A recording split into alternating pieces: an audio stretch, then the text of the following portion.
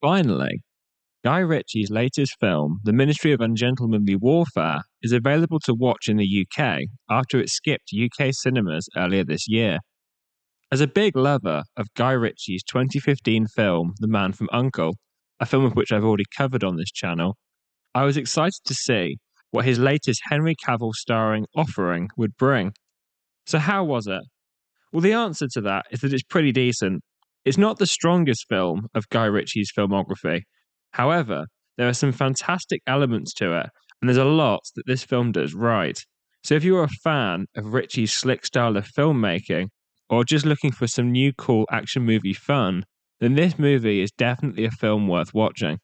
So in this video, I'm going to talk a little bit about the elements that I really enjoyed about this movie, as well as touching on some of the real-life history that this movie was based on. I'm going to try and keep this as minimal as possible in terms of spoilers, but there will be some minor spoilers ahead. The best place to start with this movie is to talk about its plot, which is loosely based on a real-life military operation, which was titled Operation Postmaster. The details of this operation came out in the 2014 book Churchill's Secret Warriors, the explosive true story of the Special Forces desperados of World War II, by the author Damian Lewis. The film follows the general outline of the real-life mission, both in terms of its objective and its execution. Both in the film and in real life, British Prime Minister Winston Churchill commissioned the No. 62 Commando Unit, also known as the Small Scale Raiding Force, or SSRF, to head to, at the time, the Spanish-controlled West African port city of Fernando Po, now known as Bioko, to disrupt Nazi ships with a crucial load of supplies and ammunition in January of 1942. In the film, the objective initially starts out as destroying the ship, but in real life the plan was always to steal them. Likewise, the mission was led by Gus March Phillips, played by Henry Cavill, and Jeffrey Appleyard, played by Alex Pettyfer. Whilst the film depicts a small group of men, in reality, the team consisted of 55 specially selected men. Of those who do appear in the film, though, many of them are either amalgamations based on real-life people, or were actually real-life people, such as Alan Ritchson's character, Anders Lassen, and Isa Gonzalez's Major E. Stewart, the latter of which went on to marry the real-life Gus March Phillips not long after this operation. Whilst the film definitely takes dramatic license with the historical events, stylizing them more than they would have been in real life, it still remains a fairly accurate depiction of the general overview of what went down. In an interview with the LA Times, one of the screenwriters for this film, Aras Amel, stated that the story itself and the elements are true. There are, however, lots of creative changes, be it the characters or even visual things. For instance, the real Gus March Phillips didn't have such a mighty moustache and beard, which, fun fact, according to Henry Cavill, such a twirly moustache has to be trained into being that way. I had this idea of a big beard and moustache, and I mean, obviously it takes time to grow, so it had a sense of evolution like that, but I always wanted to have that twirly-whirly waxed moustache look, and that takes training. Not just by me to work out sort of how much wax to apply and how I want it to look, but the actual hair itself needs to be trained so it stays in position. Otherwise, if I just turned up to set without having trained the moustache, then it would never keep that position. It would, as soon as you got hot, it would start, all the wax would melt, and you just end up with a droopy one, so to speak. Right. And so yeah, it was always part of the plan, and it turned out rather well. Likewise, the real Anders Lassen wasn't as massive as Alan Ritchson, or as I always call him, Jack to Reacher. However, he did use a bow and arrow in real life as one of his weapons of combat, so that's a surprising example of something that you would have thought was a stylized thing added to the film that was actually historically accurate.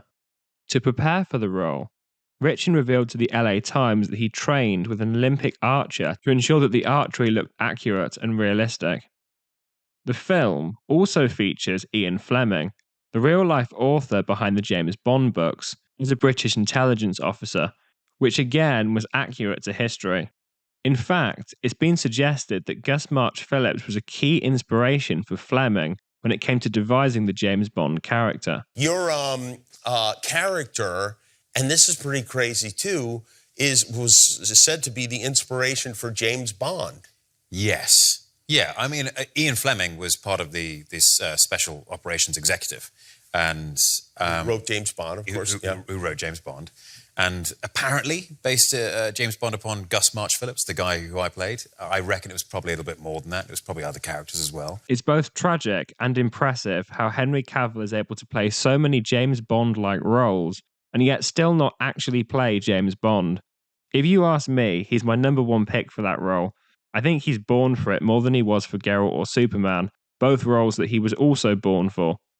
So that's the historical elements out of the way. So it's time to explore this movie purely as a movie now. In terms of the film's plot, as I mentioned, it's hard to really critique plots based on real-life events. So all we can really do is examine how this story is told and whether the plot is crafted into a compelling and engaging narrative. Overall, I think that the film succeeds in this. However, it relies very heavily on its action set pieces to hold the viewer engagement. This isn't necessarily a bad thing. The John Wick films do something very similar, and I thoroughly love and appreciate those films. And if you're interested in hearing my thoughts on that franchise, the link to my video on it can be found on your screen and in the description below now. This is an action film, more so than it is a character-driven story. And that's no discredit to any of the cast, all of which bring fantastic performances to screen, especially Henry Cavill, Alan Ritchson, Isaac Gonzalez, and Till Schweiger as the villainous Heinrich Löhr. The film focuses more on the wider plot and its ensemble cast more generally, rather than a specific character. And I think that worked for the type of story that this movie was trying to tell, and the type of movie that this is trying to be. It's meant to be a light-hearted and fun take on these events. So if the film's narrative were to interrogate characters too deeply, darker elements of the psychological effects of war start to shine through, thus dampening the movie's tone. There are some moments that feel a tad bit darker, such as the state they find Appleyard in when they come to rescue him, and what's implied will happen to Marjorie after she gets found out. So this movie isn't entirely light-hearted and without substance, but I think that the tone that they went for suits Guy Ritchie's filmmaking style very well. Given that I said this film relies on its action sequences, it's therefore something that I must discuss. The film does a very good job with them, in fact. They're very engaging to watch, well choreographed and well shot, and they're constantly in a state of flow, enabling them to never get tired or stale. It's often suggested that the difference between good and bad action sequences is variation. It's why this fight from The Matrix Reloaded is considered quite dull, and this fight from John Wick is considered excellent. The former is very static and repetitive. The latter changes environments, weapons, and varies the martial arts moves and styles used by the protagonist. This film does a good job at this. The fights with Alan Ritchson's character, Anders Lassen, are particularly notable for this. All good action movies especially need a good score, and I think that composer Chris Benstead delivers this quite well. It does a good job of feeling in line with some musical elements of the 1940s, as well as feeling cool and cinematic, enabling it to fit the movie well, especially in the movie's third act. Overall then, this is a fun, enjoyable action movie that loosely depicts real-life events with all the cinematic flair you'd expect from a Guy Ritchie film. If you go into watching this film looking for a fun, cool movie with some great action set pieces and some well-performed eccentric characters, then this is a movie that you should enjoy. So that was my take on the Ministry of Ungentlemanly Warfare.